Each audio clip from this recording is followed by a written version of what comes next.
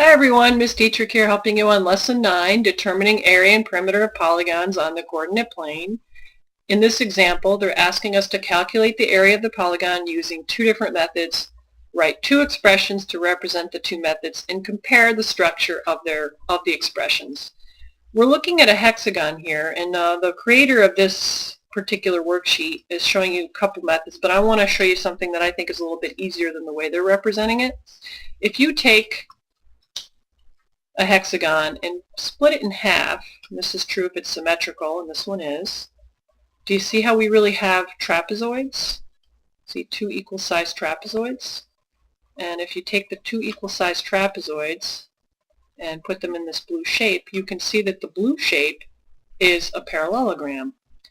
Now the next step is to figure out, well, what's the base of the parallelogram? So let's explore how we would figure that out. So I'm going to put this back here. Now, if we take this red line and we count how many units across that is, you would get 8. So that means that part of the base of the parallelogram would be 8. And if we take this purple line and count how many units across that is, we would get 4.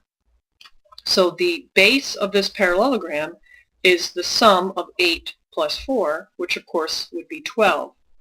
The next thing you'd have to figure out is how tall is this thing?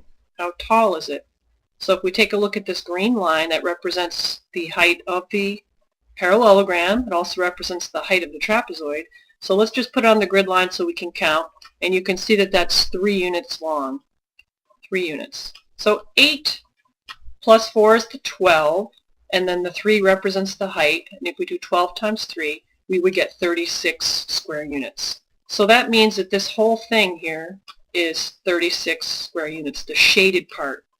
Now another way that you could look at this, even though I'm not a big fan of this particular method, is you might choose to break it up into 4 different triangles.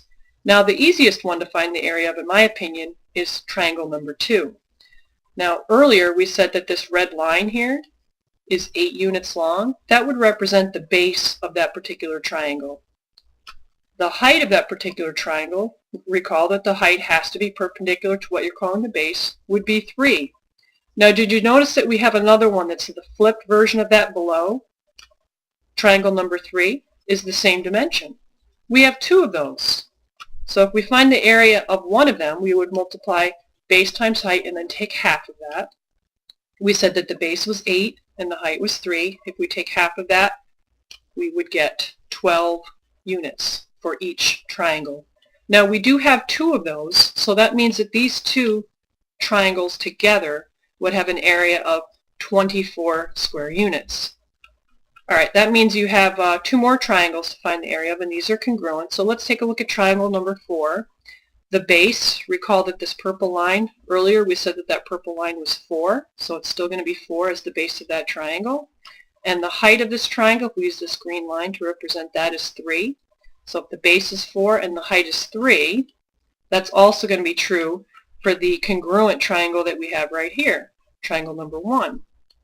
So the area of each triangle would be 6 square units, but we have 2 of those, so we're back to 12 square units. Now to find the area of the entire figure, we would have to take the 12 units that we have for triangles 1 and 4 and add the 24 units that we have for triangles 2 and 3, and we would still get 36 square units.